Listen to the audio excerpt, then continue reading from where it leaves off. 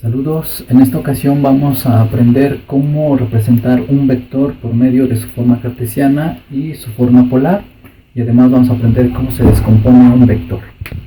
Bien, en este primer plano vamos a observar un vector B, y para representarlo en su forma cartesiana lo que tenemos que observar es la distancia para cada una de las rectas. Entonces, si yo quiero representar a B como un vector en su forma cartesiana, lo que tengo que escribir es B, que va a ser igual, y primero siempre va la parte en X, que en este caso nos indica que son 3, y posteriormente la parte en Y, que en este caso es 4. A su vez siempre se acompaña de las letras I y J, que en este caso se denominan como los vectores unitarios, acompañados en este caso para la parte en X, que sería I, 3I, y la parte en Y, que sería J. Esta sería la representación del vector en su forma cartesiana. A su vez, si yo quiero representar el vector en una forma polar, me tengo que apoyar del teorema de Pitágoras, recordando que la hipotenusa al cuadrado va a ser igual a la suma de los catetos al cuadrado. Entonces, cada uno de estos catetos corresponde a cada una de las distancias o proyecciones del vector en cada uno de los planos. Bien, si yo quiero encontrar entonces la magnitud para representarlo en forma polar, entonces yo tengo que indicar que la hipotenusa va a ser igual a la raíz de la suma de los otros dos catetos al cuadrado. Bien, entonces ubicando eso dentro de mi vector, o la representación de mi vector, yo voy a colocar el ángulo aquí,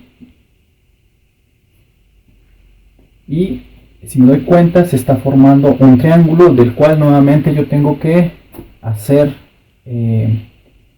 uso o identificar cada uno de sus catetos o de sus lados para poder sustituirlos en la fórmula. Entonces el valor de la magnitud va a ser C, y en este caso sustituyendo los valores quedaría como B, quedaría la raíz de A. En este caso voy a llamar a este A y a este B, sabiendo que A vale 3 y B tiene un valor de 4 por sus distancias. Por lo tanto, sustituyendo aquí A sería 3 al cuadrado más B, que sería 4 al cuadrado, obteniendo la suma de todo esto sería 9 más 16, quedarían 25, y la raíz de 25 quedaría 5.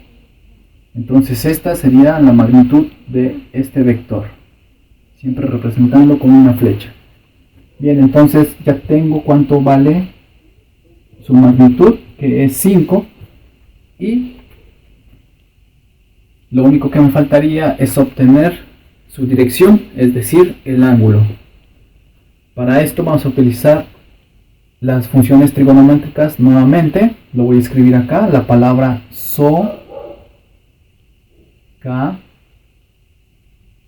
TOA.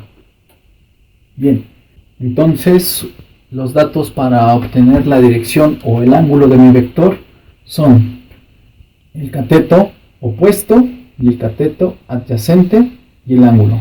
Nuevamente tengo el opuesto, el adyacente y el ángulo.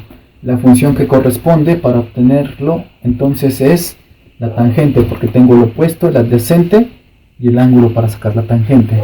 Lo voy a escribir, quedaría como tangente del ángulo es igual al opuesto sobre el adyacente. Sustituyendo valores, entonces tengo tangente, el ángulo sigue siendo θ, el opuesto es 4 y el adyacente es 3. Bien, como en este caso lo que yo requiero es el ángulo, Yo puedo despejar entonces la tangente y pasaría como tangente inversa, quedando como tangente inversa de 4 entre 3. Esto se coloca en la calculadora y obtenemos los resultados.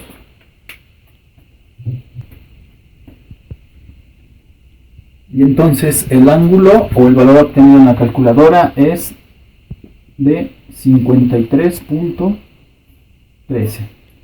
Este valor es el que corresponde a la dirección. Entonces, la representación en forma polar de mi vector corresponde a su magnitud de 5 con un ángulo de 53.13.